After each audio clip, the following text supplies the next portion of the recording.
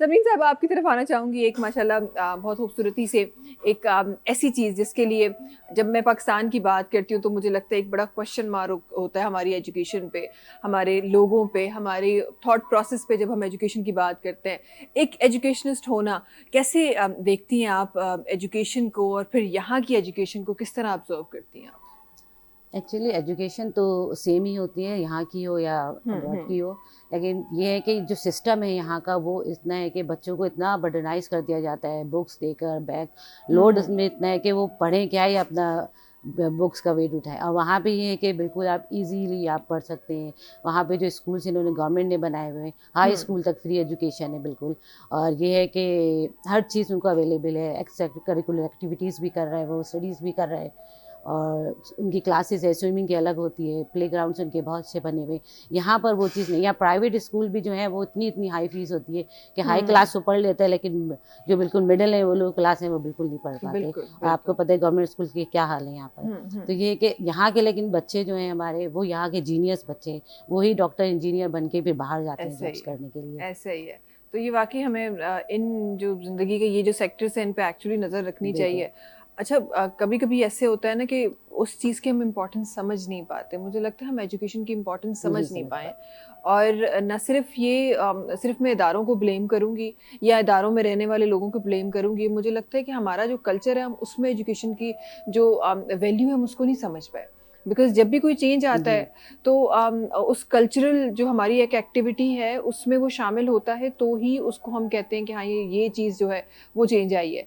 हमने न जाने कितनी सारी चीज़ें अपनी जी जी। कल्चरल बेसिस पे चेंज कर दी हैं, तो अगर इसको हम ज़रा सा अपने कल्चर का हिस्सा बना दें तो कितना खूबसूरत एक अमल होगा जो हमें बिल्कुल नज़र आएगा। सही। ये जो टीचिंग स्टार्ट करने का सोचा वो क्या मजबूर ज़माना था कि कोई और कोई नहीं नहीं कहानी बिल्कुल नहीं। थी? मैंने जो है मेडिसिन पढ़ी हुई है हमदर्द यूनिवर्सिटी से। हुँ, हुँ। तो फिर हमारी जब मुलाकात हुई, बातचीत हुई, दोस्ती हुई, उसके बाद हमारी शादी हो गई 2000 में। तो इनकी जॉब होती थी दुबई में, तो हम वहाँ शिफ्ट हो गए। मैंने हाउस जॉब नहीं की थी। फिर आपको पता है जैसे फैमिली बढ़ती है, बच्चे हो गए। फिर जब बच्चों के बाद सोचा तो मैंने कहा इसको चलो टीचिंग लाइन को अडॉप्ट करते हैं। तो हाँ, फिर हाँ। मैंने यहाँ कोर्सेज़ किए, फिर मैंने टीचिंग यहाँ की। एज अ कोऑर्डिनेटर मैंने स्कूल्स में जॉब की। फिर वहाँ जाके मैं अल्हम्दुलिल्लाह 8 साल से वहाँ जॉब कर रही हूँ। वहाँ पे भी मैंने इस माशाल्लाह। प्रोफेशन को जारी रखा, एजुकेशन की इसमें। और फिर सही। अच्छा, तो तो टीचिंग ये यहीं जो से है, स्टार्ट कर ली जी थी? जी बिल्कुल। तो ये है कि सही। इससे फ़ायदा ये होता है कि ज़ाहिर है एक हाउसवाइफ है तो उसको बच्चों को भी देखना है।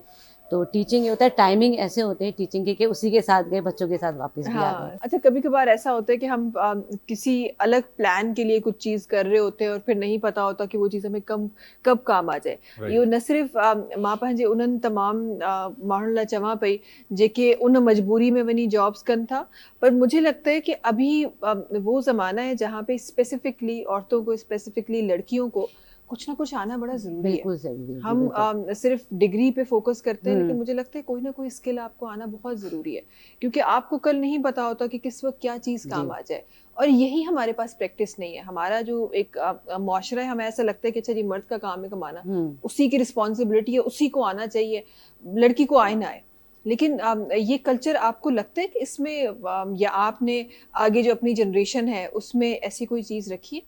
मैंने तो यहाँ पे भी मतलब इनका बहुत अच्छा सेटअप था, बिल्कुल था, मुझे ज़रूरत भी नहीं थी, लेकिन मैं फिर भी यहाँ पे भी मैं अपनी जॉब करती थी, अपना ही पॉकेट मनी निकाल लेती, इनसे मैंने ये देते थे जो भी है मैं करती। लेकिन वहाँ जाके ज़ाहिर है फिर हम जब वहाँ स्टार्ट किया हमने तो ज़रूरत पड़ी मेरी। अब यही फ़ायदा होता है कि आपने कुछ एजुकेशन हासिल की, तो आपने वहाँ जाके इसको जो है अवेल किया। तो फिर मैं जब इनके साथ-साथ मैं जॉब करती हूँ, तो ये भी जॉब कर रहे होते हैं। अब ये है कि हर औरत लेडीज़ जो है वहाँ फीमेल को पता है आपको कितने राइट्स हैं फीमेल के। हुँ, तो हुँ। वो जो बिल्कुल वो तो घर बैठ ही नहीं सकती, उनको जॉब भी करनी है, घर भी देखना है। हाँ, मेरे घर में राइट्स बिल्कुल घर में राइट्स नहीं। कॉपीराइट मैं है। आप कह रही थी ना, आप बोलती नहीं तो मैं सुनती इसलिए कि मैं बोलने का फ़ायदा नहीं है, चलनी ही नहीं रही है, तो बोलने का फ़ायदा नहीं है। हम वो कहते हैं ना एक्शन स्पीक्स लाउडर देन या वर्ड, तो हम ज़रूर। कर जाते हैं, हम बोलते नहीं हैं। बोलते नहीं बिल्कुल। हैं, बिल्कुल, अक्लमंदी वैसे यही होती है। बिल्कुल। ज़्यादा बोलने का क्या फ़ायदा, आप काम कर ऐसी जाएँ। बात नहीं, सुनते भी हैं, मशवरे भी देती हूँ, एडवाइस भी करती हूँ, उस पे अमल भी करते हैं। हाँ। लेकिन इनका फर्स्ट जो ओपिनियन होता है वो इन्हीं का होता है, वही चीज़ होती है। सही। और मुझे लगता है कि ये बड़ा एक म्यूचुअल अंडरस्टैंडिंग का बिल्कुल, एक रिश्ता होता है जिसको हमने न जाने क्यों ज़िद में, बहस में, फेमिनिज़्म में, न जाने मज़हब में, पता नहीं बिल्कुल, कितनी चीज़ों में हमने इसको जकड़ दिया है। लेकिन ये आई गेस म्यूचुअल अंडरस्टैंडिंग का एक रिश्ता है, बिल्कुल। जहाँ जो चीज़ जिसको सूट करती है आई गेस वही बेस्ट है। जब आप पाकिस्तान की ज़मीन पर आते हैं ना तो आपको ये चीज़ें याद आती हैं और आप कभी कभार इसको कहना भी चाहते हैं। क्या चीज़ पाकिस्तान की सबसे ज़्यादा मिस करती हैं आप? आपसे पहले पूछ मेरे तो पेरेंट्स ही यहीं हैं, मेरी पूरी फैमिली यहीं पे, तो मुझे तो सबसे ज़्यादा इनवाइटिंग ये लगता है कि मैं जाऊँगी, अपनी अम्मी से मिलूँगी, अपने बहन-भाइयों से मिलूँगी। बिल्कुल। ज़बरदस्त। तो उनको सबसे ज़्यादा मिस किया जाता है बिल्कुल, वहाँ पर। बिल्कुल।